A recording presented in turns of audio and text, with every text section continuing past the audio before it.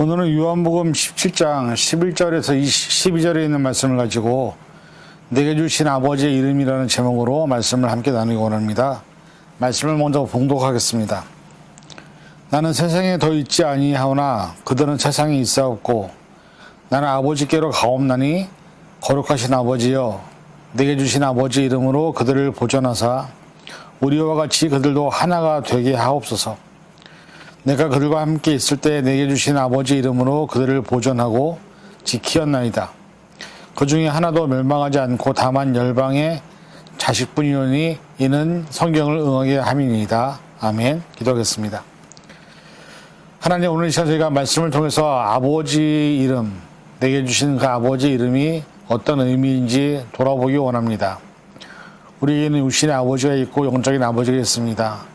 그 아버지들의 의미와 또 내가 아버지로서 어떻게 살고 있는지를 돌아보게 하시고 우리가 말씀을 통해서 예수님의 기도의 제목들을 좀 더 우리가 삶을 통해서 실천할 수 있는 시간을 되게 하여 주옵소서.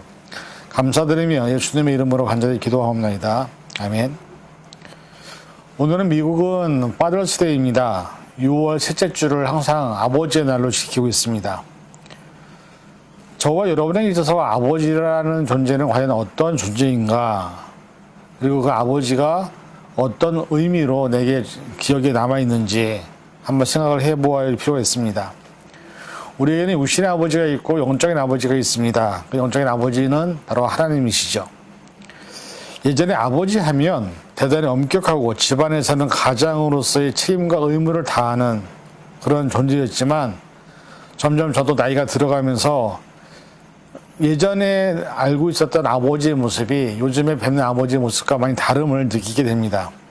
그리고 제가 아버지가 되어 있으면서 제 아이들에게 과연 나는 그들에게 있어서 아버지로서 내게 맡겨진 가정의 책임을 잘 감당하고 있는지 그것을 생각해보는 시간들을 많이 갖게 됩니다. 사실 아버지들의 권위가 예전에는 참으로 많은 부분을 차지했습니다.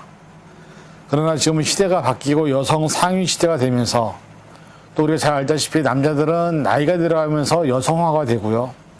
또 여성들은 반대로 나이가 들어가면서 남성화가 되면서 더 이상 이제는 남자가 큰 소리 치고 무엇인가 마음대로 할 수 있는 시대가 아니라 여성 중심의 시대라고 해도 과언이 아닐 것입니다. 그럼에도 불구하고 저에게 아버지는 위대하시고 아직까지도 가장으로서의 책임과 의무를 다하고 계신 모습을 보면서 존경할 수밖에 없습니다. 아버지의 날을 맞이하면서 예수님께서 주신 내게 주신 아버지의 이름, 그 이름을 갖고 예수님은 기도를 하셨습니다. 오늘 이 말씀을 통해서 아버지의 이름이 나에게 어떤 의미가 있는지를 생각해보는 시간이 되기를 바랍니다. 본문에 있는 말씀을 보면 제자들을 두고 떠나가시는 예수님의 입장에서 하나님께 남겨진 자들을 위한 부탁을 아버지의 이름으로 기도하고 있습니다. 사실 사람이나 동물이나 자신의 분신이나 자녀들을 남겨두고 떠나는 존재는 언제나 남겨진 자들에 대한 걱정과 근심을 가지고 살아갑니다. 사실 부모님이 성장하고 이미 가정을 꾸리고 사회에서 자신의 삶을 정상적으로 유지하고 있는 자녀를 둔 상황에서 부모가 죽음을 맞이하면 그나마 조금은 마음이 무겁지 않을 수도 있을 것입니다. 왜냐하면 부모의 도리를 다 했다고 생각할 수 있고 자녀들은 이미 안정적인 삶을 누리고 있기 때문이죠. 그런데 세상에는 그런 부모님만 있는 것이 아닙니다. 때로는 아직도 한참 부모의 손길이 모자란 필요한 자녀들만 두고서 질병이나 사고로 또 여러 가지 이유로 인해서 세상을 일찍 떠나는 부모님들이 얼마나 많은지 모릅니다. 특히 이번 코로나 팬데믹에서 그렇게 준비되지 않은 채 자녀들을 두고 떠난 수많은 부모들이 있었습니다. 물론 남겨진 자녀들은 나름대로 친척들이나 지인들의 도움을 받긴 하지만 사실 부모의 손길과는 다른 손길을 느낄 수밖에 없겠죠. 제자들을 두고 떠나는 예수님의 마음 역시 3년이라는 시간 동안 함께 제자들과 함께 했지만 아직도 예수님 모실 때는 부족하고 나약하고 연약한 존재인 그 모습을 알고 있었기에 예수님은 하나님께 제자들을 맡기고 하나님의 뜻과 섭리대로 십자가에 자신의 몸을 내어주셔야만 했던 상황이었기 때문에 결국 하나님께 자신의 제자들을 아버지의 이름으로 맡길 수밖에 없었습니다.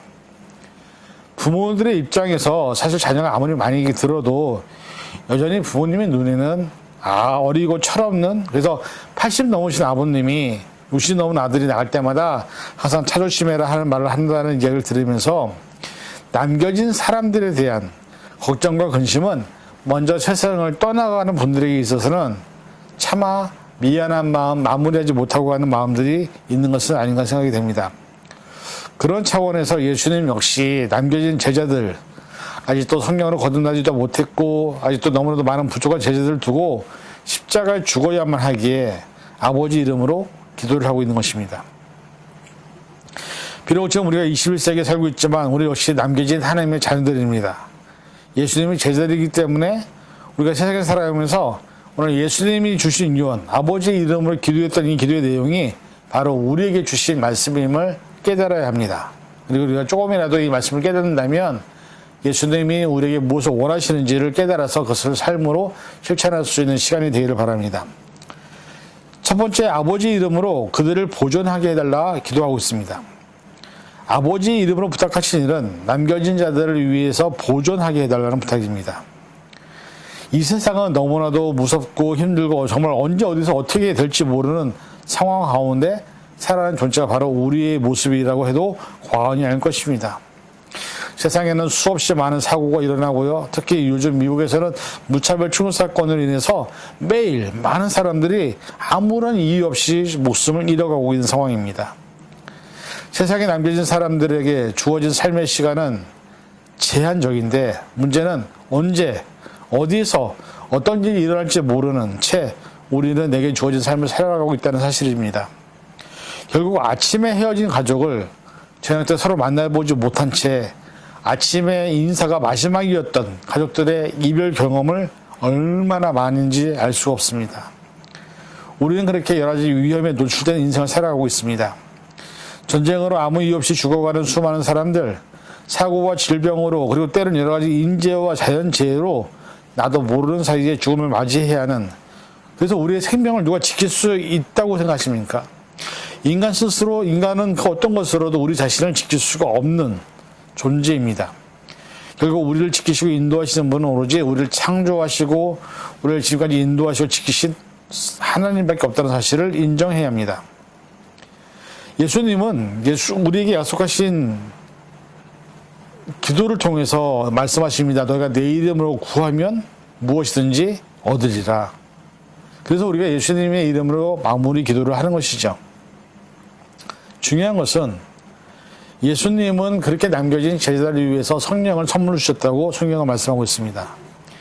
요한복음 16장 23절, 그날에 너희가 아무것도 내게 묻지 아니하니라. 내가 진실로 진실로 너희에게 이르노니 너희가 무엇이든지 아버지께 구하는 것을 내 이름으로 주시리라.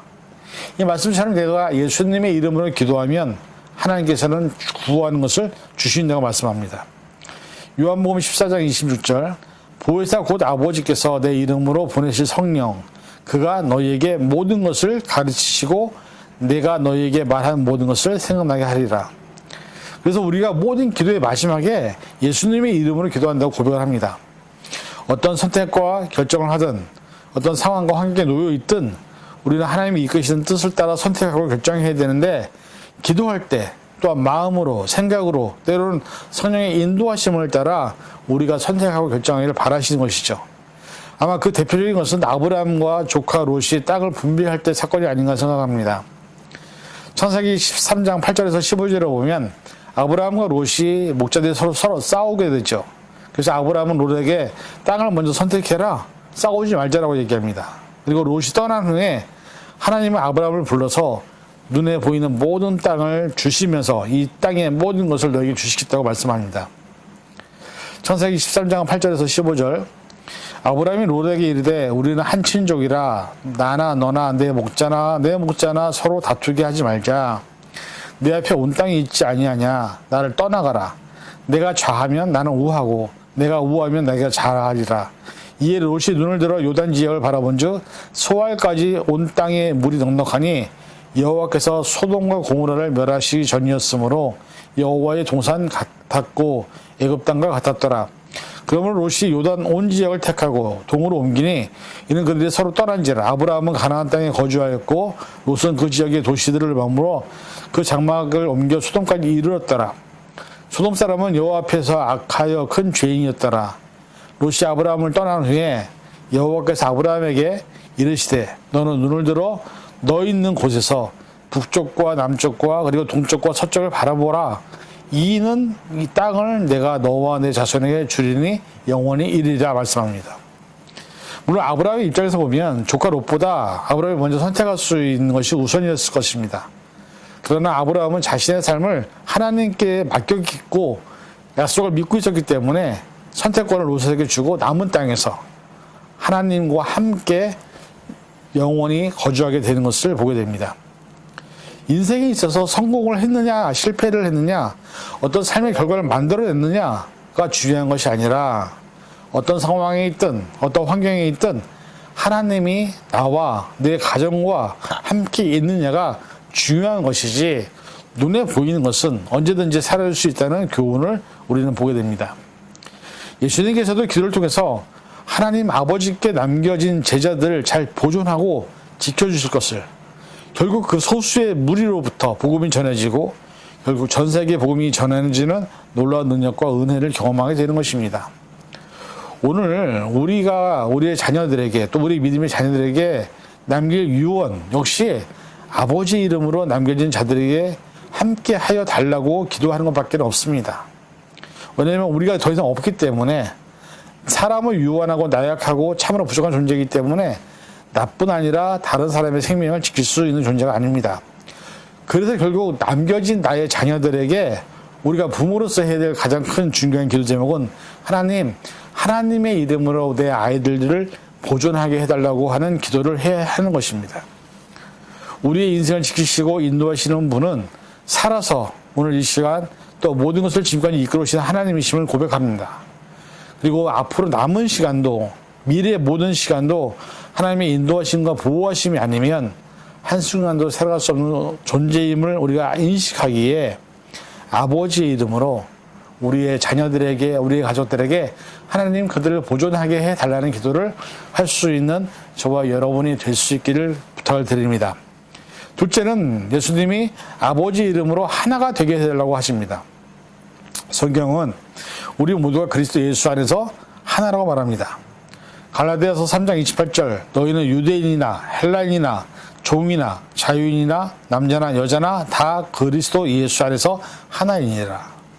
그러나 인간이 만들어놓은 사회적인 구조, 조직 안에서 모든 인간이 동등한 하나의 존재가 된 적은 한 번도 없었습니다. 언제나 인간의 역사적인 시간 아래서 모든 사람은 계급, 빈부의 격차, 사회적인 약자와 강자로 존재해왔고 그 안에서 모든 갈등과 분열이 일어났습니다. 심지어 종교 안에서도 계급 구조가 있어서 모든 사람들이 그리스도 안에서 모두가 하나라는 가치를 부인하며 지금까지 존재해왔던 것이 종교입니다. 성경적인 가치관은 우리 모두는 하나님의 창조된 피조물이며 하나님의 입장에서 보면 우리 모두는 하나님의 자녀들이기 때문에 우리의 상황과 환경과 소유의 정도가 다르다고 하더라도 우리는 하나님 앞에서 모두가 평등한 존재입니다. 그럼에도 불구하고 우리는 하나님의 뜻과 말씀을 알면서도 서로 높아지기를 또 내가 다른 사람보다 더 높은 자리에 존재하는 것을 과시하며 살아가는 존재가 바로 우리 인간입니다. 그래서 인간은 죄인된 존재일 수밖에 없습니다. 성경에서 말씀하는 인류를 위한 대속제물이 되신 예수님의 십자가 사건, 그 사건은 누구를 위한 어떤 개인을 위한 단체를 위한 희생이 아니라 모든 인류를 구원하기 위한 죄의 대속의 사건이었습니다. 그럼에도 불구하고 우리는 타인을 그리고 나와 생각이 다르고 뜻이 다르고 또 상황이나 환경에 차이가 나면 다른 사람을 무시하고 인정하지 않고 게다가 미국과 같은 한국 같은 경우는 사람들끼리 사회적인 소외 계층을 하찮은 존재로 여기는 모습이 우리의 현실에서 역사적으로 늘 있어 왔습니다. 모든 인간은 그래서 우리 사이에서 나타난 한동안 유행했던 흑수저, 금수저 같은 가치, 사회적인 기준이 내가 어떤 차를 타느냐, 내가 어떤 환경이 있느냐에 따라서 사람을 차별하고 구분하는 이러한 것이 우리 안에서 갈등과 문제를 야기시켰던 것이죠. 그런데 예수님은 뭐라고 말씀하십니까? 아버지 이름으로 하나가 되게 해달라고 기도를 하고 있습니다. 요한복음 17장 23절 곧 내가 그들 안에 있고 아버지께서 내 안에 계시어 그들로 온전함을 이루어 하나가 되게 하려면 아버지께서 나를 보내신 것과 나를 사랑하신 것 같이 그들도 사랑하신 것을 세상으로 알게 하려 함이로다. 하나님이 우리 안에 거하시면 가능한 일이 뭐냐? 하나님이 내 삶의 주인이 되시고 우리 모두가 하나가 될 수 있다고 얘기합니다. 우리는 현재 하나가 될 수 없는 이유는 내 안에 내가 너무나 많기 때문이죠. 인간이 가진 죄성, 욕심, 우리의 삶의 중심이 하나님이 아니라 내 아이이기 때문에 하나가 될 수 없고 서로 판단하고 정죄하고 서로 비판하는 것밖에 할 수 없는 것이죠. 물론 사실 수천 장의 역사가 흘렀어도 지금까지 이루어지지 않은 일인데 과연 이것이 이루어질 수 있을까? 그러나 분명한 사실은 하나님은 모든 사람들의 주인이 되시며 우리는 아무것도 할 수 없지만 하나님으로서는 할 수 있다는 사실입니다. 그래서 예수님이 기도하신 것처럼 우리가 아버지의 이름으로 모두가 하나가 되게 해달라고 기도하며 서로가 서로를 존중하고 서로가 서로를 인정하고 서로가 서로 다르지만 그리스도 안에서 하나라는 것을 인정하는 것이 우리가 맡겨진 사명이라는 것을 잊지 말아야 합니다.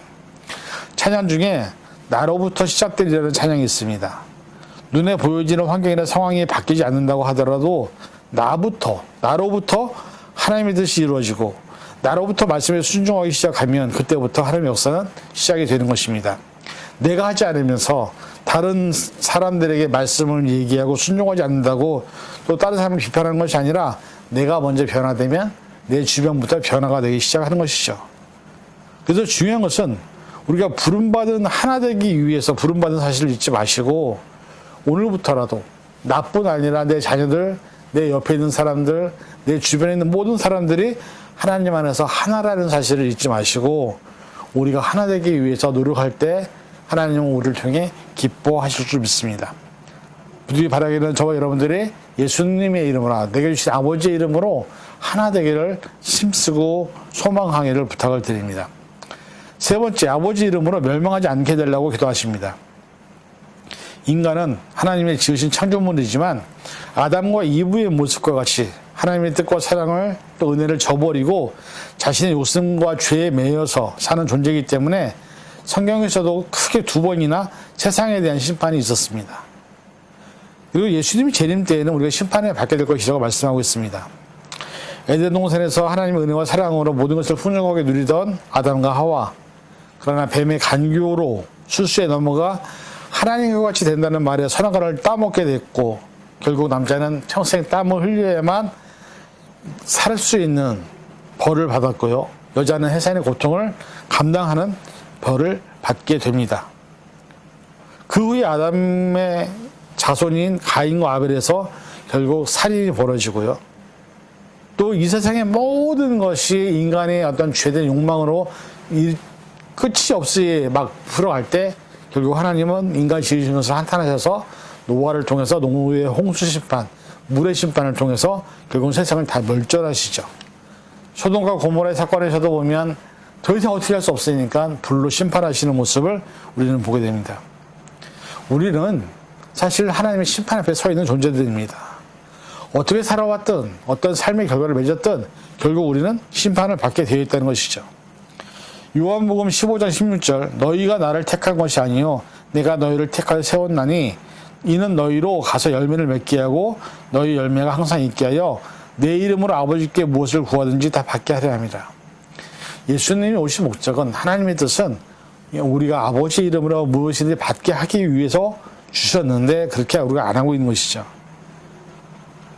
요한복음 14장 13절 너희가 내 이름으로 무엇을 구하든지 내가 행하리니 이는 아버지로 하여금 아들로 말미암아 영광을 받으시게 하려 함이라.